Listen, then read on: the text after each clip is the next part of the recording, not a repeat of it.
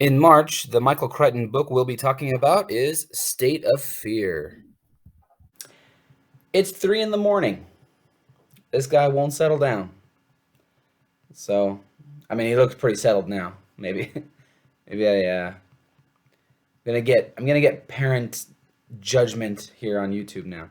He's pretty calm, but he just won't sleep. Every time we put him down, he starts fussing. Anyway, we're here to talk about State of Fear. Ooh, I'm living in a state of fear of this child. Um, Real quick, I'm trying to talk loud because I think it was my kids. I can't be certain, but I'm pretty sure my kids, they damaged my new microphone that I just bought, my lapel mic, and it's not working. So I'm sans mic today, and I would use my old headset that I used to have, but I am certain that the kids took it and I can't find it. So I'm without a microphone. Hopefully you can hear me okay. Probably it's fine. Only 2 people watch these videos anyway, whatever. Anywho, this is the Michael Crichton read along, okay? So if you've been watching this, you know what's going on. If not, this is a series of videos that I'm doing. I'm reading one Michael Crichton book per month, and the book that we're reading in March is State of Fear again. This is the longest book we've read so far. I think it was close to 700 pages. Yeah, pretty close to 700 pages. Biggest one so far, but very fast read, actually, pretty quick read. I got this idea to do the Michael Crichton read along from another YouTube channel. I will put a card up here. Mike's Book Reviews is the name of that channel. Really a fantastic channel. I highly recommend it to anybody. It's my favorite booktube channel. He's just a really straightforward, down-to-earth kind of guy. I like his opinions on books. I like the way he does his videos. So great channel. I would recommend you go check it out. Mike on Mike's Book Reviews. I'm talking about 3 different mics. I'm talking about my microphone, Mike's Book Reviews, and Michael Crichton. Mike's Book Reviews, Mike, he is not doing the Michael Crichton read-along on a regular basis anymore. He's gotten a little too busy, so unfortunately, he hasn't done a Michael Crichton book review in a few months. But hopefully, he'll start doing those again soon because I like his videos a lot. So let's talk about State of Fear. State of Fear is it's kind of a hard book to describe and to talk about. I feel it's complicated because there's a lot to it, and it's complicated because it's hard to talk about it without getting too political. If you read some of the reviews of if you want to laugh, read the book and then go read the 1-star reviews, because a lot of them are obviously just pissed off because he doesn't share their political ideologies. So let's see if I can succinctly describe this book. The beginning of the book was a little confusing because it jumps from like one sort of like instance, one scene in one city of the world, and then it jumps to a different person doing something different in another city. And it does that like 4 or 5 times or more, maybe. The first several chapters jump around a lot, and it's hard to tell, okay, who are the main characters here? What's actually happening? Who are we following? I would say maybe like the first 50 pages are like that. And then we start following this guy named George Morton, and he's like a millionaire, I guess, famous guy, lives in California, and he is supportive of several charitable causes. He's like a board member and a large contributor to this organization called NERF, and they it sounds like a funny name, but they work on like fighting climate change, basically. But George is not the main character. After a little bit, the attention shifts to his lawyer, Peter Evans, and he's more the main character. The rest of the book mostly follows Peter and a few other people that he's running around with. Peter gets drawn into this unexpected sort of situation where this guy sort of recruits him to help him go fight these eco-terrorists. And I don't know if I could really explain much more than that. Basically, there's this like evil cabal of people who are trying to use climate change as a political and terroristic weapon. And so those opening like vignettes at the beginning of the book are a lot of scenes of these people purchasing supplies, old military items, heavy machinery and stuff, and you don't know what it's for until later you learn that they are, for instance, a guy goes to Antarctica, and he plants a bunch of explosive devices in a big long line for like a mile or what, a couple miles long, and he's planning on blowing them up to try to actually crack an ice shelf and make it fall off into the ocean, and basically scare everybody, saying, "Oh, look, this huge ice shelf just broke off of Antarctica, and climate change is coming for you," and trying to keep everybody afraid. And that's where the title of the book comes from, State of Fear. It talks about how post Cold War era, a lot of nations and politicians turned from controlling the masses using fear of war, and instead started trying to control the masses using fear of like terrorism and climate change. And so, yeah, that's basically it. It's this whole idea that like climate change is not as bad as we've been told, and that in this story, I don't think Michael Crichton is trying to say that people are actually out there causing climate crises. There's scenes in the book where these guys, they use some advanced technology to actually create more lightning and some flash flooding while a bunch of people are in a national park, that they like tricked into being there. They tricked all these people, families, and even schools into like being at this public park, this national park in Arizona, and then they cause a flash flood in hopes of like killing some people and making headlines. There's another instance where they use some heavy machinery, some cavitation devices. Is that what they're called? Cavitation. It's like this big thing that uses sonic waves to create holes in the ground. And you can use it, for construction purposes and mining and things like that. But they use it to try to cause an underwater landslide, which will trigger a tsunami, which will, or like a tidal wave, and cause damage and make headlines and make everybody afraid of climate change. That's basically the whole point of the book. So I've said enough about that. Obviously, when you get into this territory, you're gonna piss some people off. You're going to, it's just tricky territory, right? And it's I'm nervous to even talk about this. So I'll give it my best try. There is a lot of good in this book, but there's also plenty of bad. So let's try to talk about the pros and the cons. First pro, action, action, action. After those first 100 pages or so, after Peter Evans gets sucked into this whole thing and he's getting dragged around the world, he goes to Antarctica, he goes up to, I think he goes to Arizona, he goes over to, what's the name of the islands? It's like in the South Pacific. He's like going all over the place, and it is just action-packed, one thing after another. It is really exciting to read about. It's really fun. It's just, like I said, action-packed, very quick read. I read this while I was on spring break, so I didn't have to work. I was able to read a little bit more, but I was reading over 100 pages a day because I couldn't put it down. It's really engaging, so definitely a pro there. Another pro is just the fact that it's interesting how the characters, especially this guy, Kenner, his last name is Kenner, can't remember his first name off the top of my head, he contradicts much of what we would kind of assume to be true. A lot of the narrative that we've been fed for a long time, he just flat out contradicts it, but he backs it up with data. Throughout the book, there's a lot of footnotes, and he cites actual studies and actual scientific data, which is, I think, really fascinating and pretty cool. Michael Crichton says, yes, the narrative is fictional, but all of the footnotes are factual. They're actual things that he researched and used to influence the narrative, right?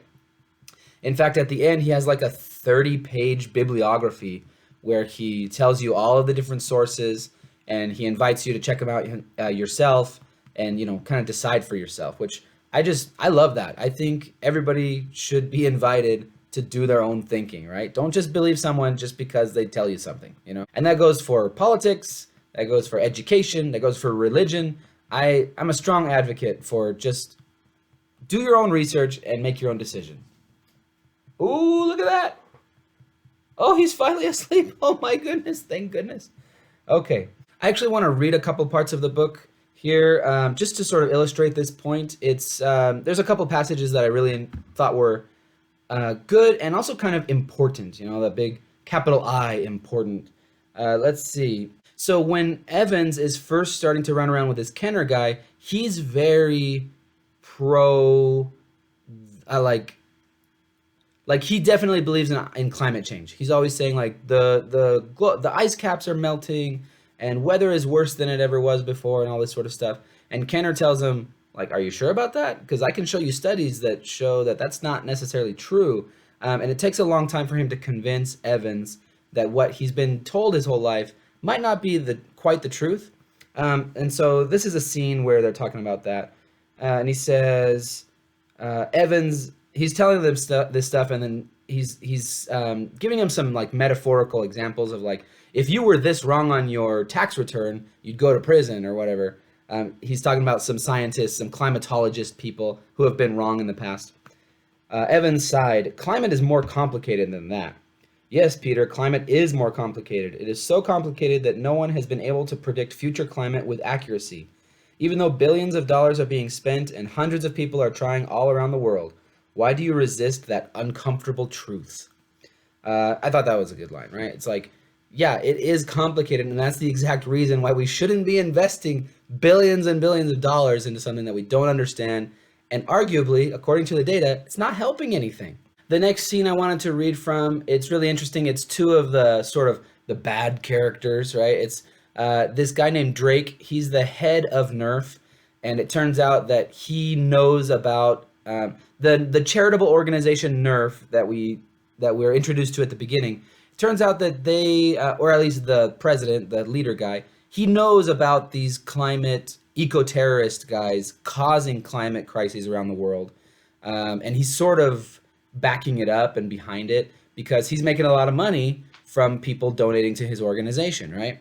And he is talking to another guy, and they're sort of disagreeing about whatever. I don't know. This is anyway. Drake was shaking his head. You know, he said, how many studies show no increase in extreme weather events? Please, Henley snorted. Disinformation from skeptics. That's hard to sell. There are too many studies. What are you talking about, Nicholas? It's a snap to sell. The public already believes that industry is behind any contrary view. He sighed. In any case, I promise you there will soon be more computer models showing that extreme weather is increasing. The scientists will get behind this and deliver what is needed. You know that. So he's like, soon more computer models, right? It's because he knows that there's going to be these man-made, these artificial climate disasters coming up. Drake paced. He looked unhappy. But it just doesn't make sense, he said. It's not logical to say that freezing weather is caused by global warming. What's logic got to do with it? Henley said. All we need is for the media to report it. After all, most Americans believe that crime in their country is increasing when it has actually been declining for 12 years. This is the part that I find really interesting that I really wanted to share here. The U.S. murder rate is as low as it was in the early 1970s, but Americans are more frightened than ever because so much more airtime is devoted to crime. They naturally assume there is more in real life, too. Henley sat up in his chair. Think about what I'm saying to you, Nicholas. A 12-year trend, and they still don't believe it. There is no greater proof that all reality is media reality. And this touches on a little bit of what Michael Crichton talked about back in the book Airframe, right? He talks about how, like, the media, like, whatever the media tells you is what the masses will believe, even if it's not even logical. And then just a couple paragraphs later, he continues, just think how far we have come, Henley said. Back in the 1970s, all the climate scientists believed an ice age was coming. They thought the world was getting colder. But once the notion of global warming was raised, they immediately recognized the advantages. Global warming creates a crisis, a call to action. A crisis needs to be studied. It needs to be funded. It needs political and bureaucratic structures around the world. And in no time at all, a huge number of meteorologists, geologists, oceanographers suddenly became climate scientists, in quotes, climate scientists, engaged in the management of this crisis. This will be the same, Nicholas. So this whole scene is Henley, who's actually like the guy behind the scenes pulling the strings, trying to convince Drake that this is the way to go. This is like a flashback scene. I guess I didn't explain that very well. And that's why this guy Drake, who's the president of this organization, gets on board with publishing that climate change, that global warming is going to be the end of the world and stuff like that. The last thing I want to read is a scene where Kenner, who's this like ex-military genius guy who knows all about this stuff, he's always quoting statistics and stuff. He's talking to an actor named Bradley, Ted Bradley, I can't remember. And Bradley he's portrayed as like a complete idiot, a complete buffoon. He believes climate change, so he must be a moron, and he has no evidence to back up his claims. And he's like he's definitely a straw man type character. He's really annoying. So what exactly is your point? Bradley said. You're saying that we don't need to pay any attention to the environment? That we can just leave it alone and let industry pollute and everything will be hunky-dory? And this is what a lot of the reviews, the one-star reviews said, that like, oh, Michael Crichton says that climate change isn't real and that you don't need to do anything and everything's fine and stuff. That is definitely not the message of this book, you guys. For a moment, it looked to Sarah as if Kenner would get angry, but he did not. He said, if you oppose the death penalty, does it also mean you are in favor of doing nothing at all about crime? No, Ted said. You could oppose the death penalty but still favor punishing criminals. Yes, of course. Then I can say that global warming is not a threat but still favor environmental controls, can't I? But it doesn't sound like you're saying that. Kenner sighed. And then he goes on to explain that like he just doesn't think there should be such drastic policy decisions being made on the basis of scant information. And the overall message of the book is that no one really knows or even can know enough about the climate in order to make these grand policy changes, these big, pass things into law and like spend all these billions of dollars or trillions even maybe, I don't know, on this kind of stuff. And the overall message of the book, which I understand how some people can miss it because it doesn't focus on it a whole lot, but kind of towards the end he explains the best approach is a cost-benefit analysis. In each situation, you should ask yourself, what's the benefit and what's the cost? What's the risk, right? That whole like risk analysis, figure out what's gonna do. I'm not explaining it at all well. I can't think straight. Examine the situation and ask, how much is this gonna cost? Who stands to benefit? Who stands to get hurt by this if we don't do anything, or if we do something? He cites a lot of cases where people tried to help and it actually made things worse, and all sorts of stuff like that. So really just a cost-benefit analysis of different situations is the best approach according to Michael Crichton, according to the book. And he says in a sort of afterward, there's a message from the author that's basically his own personal view. Because sometimes it's hard to tell, is this just a story or is this what the author actually believes? But he says at the end, yeah, basically, we shouldn't just be throwing money at this problem and doing whatever the bureaucrats say. We should actually be examining each different situation, each aspect of it, and trying our best to find the best solution to each specific situation using a cost-benefit analysis. Okay, that took a long time to talk about the pros. Now let's talk about the cons. There was the confusing beginning, right? It was a little hard to get into. Like I said, it was kind of hard to tell like who the main character was until maybe like 50 or 60 pages in, something like that. I talked about how the action was a plus, was a pro. I think maybe it was a little too much action. For some people, it might be a little too much. It gets into the absurd, to be honest. Peter Evans is a lawyer. Yes, he's in shape. He's a fit guy, but like he goes to Antarctica and he almost freezes to death. He goes to Arizona. He gets caught in a flash flood. Like he gets beat up and tossed around a lot. There's a scene where like he almost gets struck by lightning and he gets in a car crash, and it's like one thing after another. And there's multiple times throughout the book where he's like, I'm so tired, I just want to sleep. And as soon as he starts to doze off, something else happens and he's not able to like sleep. And this goes on for several days. And it's like, when did this dude get any rest? It became unbelievable. Still entertaining, but in the back of my mind, I was like, this is this is like Marvel movie levels of like this guy's going through sort of stuff that would probably kill most other people, right? I mean, he does get some rest, but it's a little ridiculous how much he goes through, and it's not like he's not in the military. He's a lawyer. He's like a regular dude. Um, so that was a little bit ridiculous to me. Okay, maybe the biggest complaint is when this guy Kenner is presenting his data, he's like a robot. In Jurassic Park, I sort of complained that Ian Malcolm's character would go on these long like diatribes, and he would just like give these like speeches when it was supposed to be dialogue, but he would give like practically speeches, and they sounded like rehearsed speeches to other characters about chaos theory in Jurassic Park. Kenner does the same thing here. He never like looks anything up. He just knows it off the top of his head. And then he goes to the computer, prints it out, and gives it to the other character, right? It's not he's never wrong.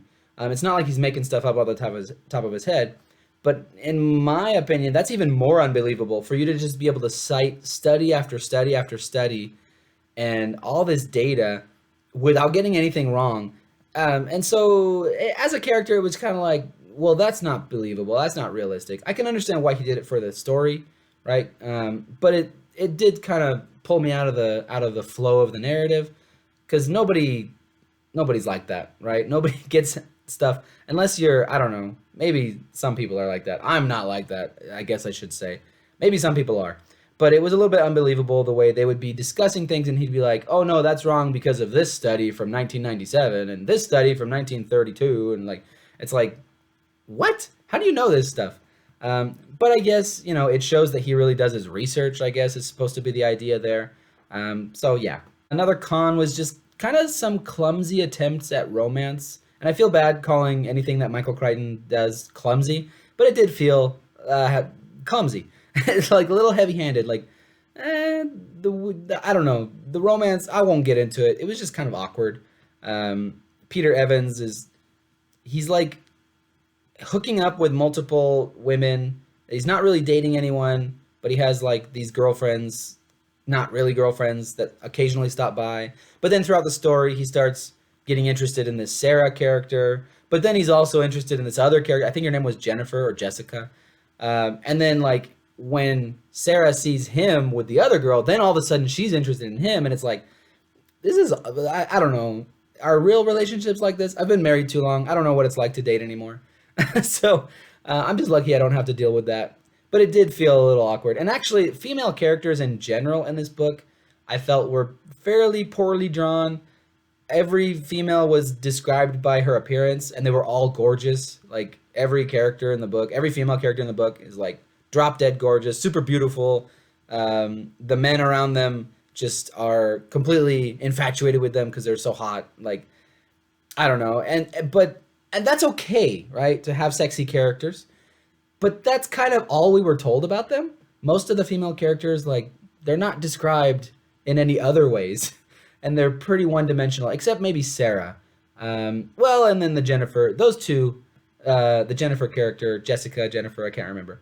Those two characters are better drawn, better described. They have actual, dialogue, and they have their own opinions and stuff like that. But overall, I would say female characters in this book, they fall on the cons list.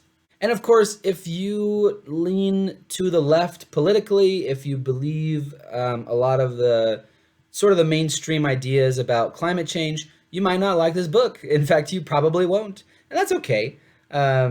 There's plenty. I read plenty of reviews of it of people that are very left leaning, but they still enjoyed the book. Like, if you can kind of get over the fact that Michael Crichton is very obviously questioning the narrative of climate change. I do feel like he does try to keep it a little bit apolitical.